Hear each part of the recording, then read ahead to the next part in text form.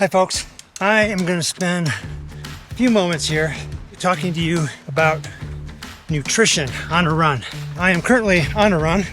Can't say where I am exactly for various reasons. For those of you that are familiar with Boulder and where we run, it's 26 miles. It's got 2 passes and halfway up a 13,000 foot mountain. So pretty epic.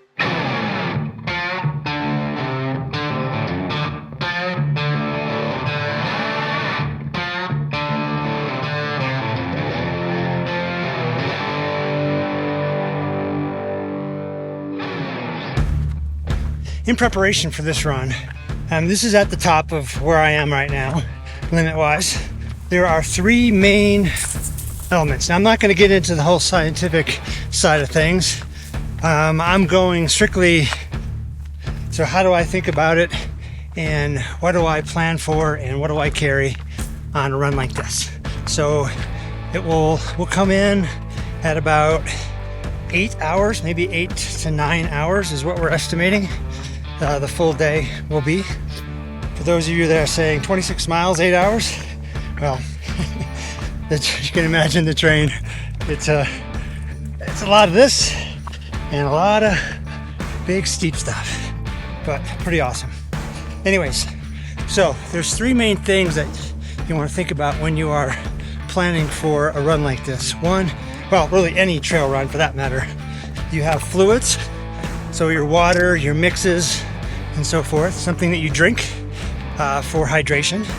You have your fuel, which is the calories that you take in to try to replenish, as many calories as you can. You can't totally replace everything you burn. You don't necessarily want or need to do that, but you just need to stay ahead of a certain threshold so you don't bonk. And then the third thing is electrolytes. Potassium, I think magnesium, calcium, sodium, those might be the 4. I'll get back to electrolytes in a moment. So first, let's start with just, hey guys. First, let's start with fuel. So calories. I'm just under 200 pounds, and I use kind of a 160 pound gut rule, so like 240 calories per hour per 160 pound male. Now I think that's, that is not law by any means. It's basically a guidance point. So start there, and you may choose, may need less, you may need more, but that's one. If you don't know or not quite sure, that's a good place to start. And then obviously if you're 100 pounds, you could probably use much less than that. So you look at calories and you just do the math. So how many hours do you plan to be out? And miles is not really relevant. It's more hours, time on the feet. So how many hours do you plan to be out? And whether you're hiking like I am right now, or running, which I've been doing most of the day, you're going to, you're hiking if you're tired, but you're still burning a lot of calories throughout that day. So, and at altitude, maybe it gets cold. So all those factors can apply in a situation like this. So let's see so you look at 200 or 240 calories per hour, and you're out for 10 hours, 2,400 calories is what you want. So, or about that, and you can get it in a lot of different ways. So I tend to get sick of things if I try to use them for a long time, and I also have a hard time. I can start on sweets, sweets, things like goos and things like that, but usually after about 6 hours, sometimes 3 hours, I get pretty sick of those. So switching to more savory type things, or just mixing it up. So for me, I brought 6 wafers. Those are 150 calories each, so there's 900. I then have 3 packs of chews, gummies, and so I forgot what those are, if they're 90 or a little over that, but let's just say 100. So there's 300. I have some mix inside, so calories inside of one of my mixes here. So there's 300. So what am I, 300? So 15, that's 1900 plus, let's see, 15, 19, I don't know, I can't do math either. All right, so 15, then 18. I also brought a tortilla with some jelly in it, because sometimes, like I said, when you're just sick of having sweet stuff, then a tortilla with some, really thin jelly in there is good. Or maybe a potato or something like that. There's a lot of options. But anyways, so you basically just do the math and figure out, I'm gonna be out this long, and therefore, if I wanna average so many calories per hour, that's how many calories.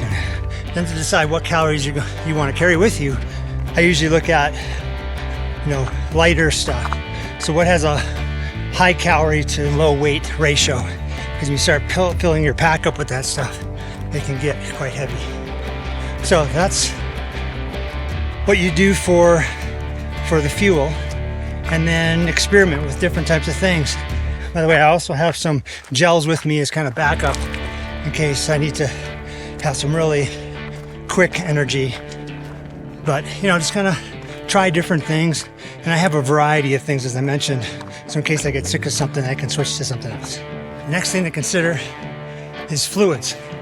So the obvious main source of fluid would be water. And so a good rule of thumb is, or if you don't know where to start, I would say 22 ounces per hour. And that's gonna, for some of you, may seem like a lot, but it's a place to start. Some people will use much less. I actually need more than that, surprisingly. But then again, I'm running in Colorado. It's basically high desert, very dry, and so a lot of sweat evaporates quickly, and so you need to replenish a lot of that water. And so, again, I just look at, your normal bottle is about 20 to 22 ounces. Just think about that bottle per hour and train with it, experiment with it. Do you need more? Do you need less? But also, sometimes, doing several hours may not need that much water. But when you push it to an 8-9 hour day, then things can change quite a bit. When you start running lower on those things, your body doesn't do as good a job of storing it. But obviously, on trails like this, maybe not obviously, but trails like this, there's a lot of creeks back here. So we've been replenishing our water throughout the day. And as I mentioned earlier, one side of my water, I have two sides, two bladders. So basically it's a two-sided bladder. So I put water with mix in one side for additional calories, so I can drink those calories. And the other side is plain water. I've been in situations where I just couldn't drink my mix anymore. I got sick of the flavor or sick of the taste, and it almost felt like it was gonna gag me. And so I just really wanted water. So since that's happened, I have found a pack that has a dual bladder that I can carry both. And then I use a Stereo pen to fill water from creeks out here. The water is pretty good. Still want to sterilize it for safety. So anyways, so that's what I shoot for. And obviously when you're drinking from a bladder, it's a little hard to gauge ounces per hour, but you can also do that math. How many times, how much do you have in there? Okay, is it a 70 ounce bladder? Is it an 80, 90? You go through those. How many times do you fill up? So when I'm filling up, I'm actually measuring it a bit. I have a 20 ounce bottle that I purify in and then dump that into my bladder. So I'm able to kind of get a feel for total number of ounces that I'm taking in. And so I can keep on track. Okay. And then the third thing, as I mentioned, is electrolytes. So electrolytes, I like to call these little magic pills. Well, I have them in I use the Hammer Endurolytes, which are little white capsules. They're not, some may call them salt caps. They're not just salt caps, they're all the electrolytes. And I just take 2 of those per hour, and then I'll gauge it from there. If it's really hot and I'm sweating a lot, then maybe I'll bump it up a few times.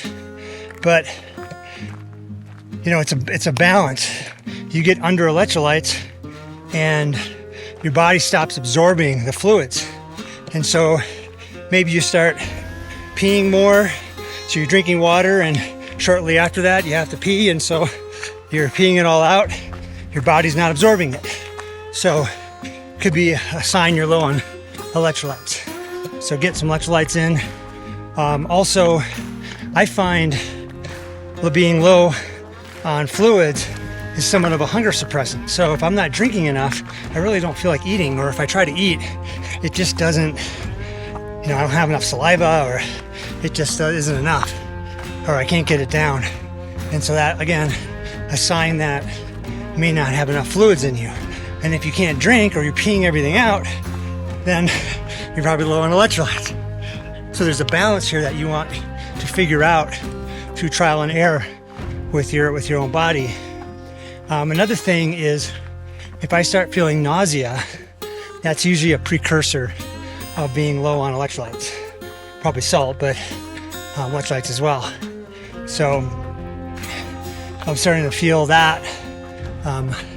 Immediately take some electrolytes, drink some water, trying to get myself back in balance.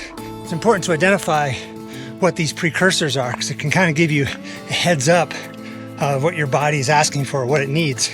Because if you get to the point where you're bonking because you don't have enough fluids, or electrolytes, or calories, it's not too late, but it's going to be much harder, because it's going to take you a good 15, 20, 30 minutes after eating some of those things or drinking them to kind of have your body start to respond to them. So yeah, so understanding the precursors to what it feels like when you're low on certain things, that comes with time and experimentation.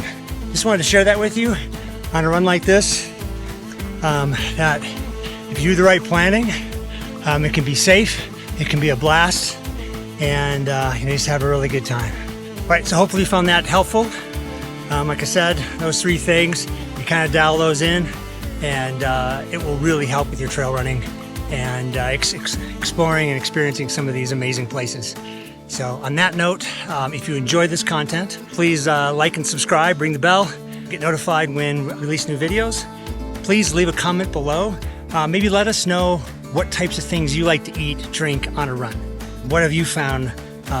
Gives people some ideas. I mean, everyone has to experiment with different things themselves, but it's always good to have a list of ideas to draw from. There's the ones you can buy in the store, but what are some of the ones that you don't buy in the store? That made out of real food and maybe don't cost as much. Hope this was helpful. Enjoy your trail running.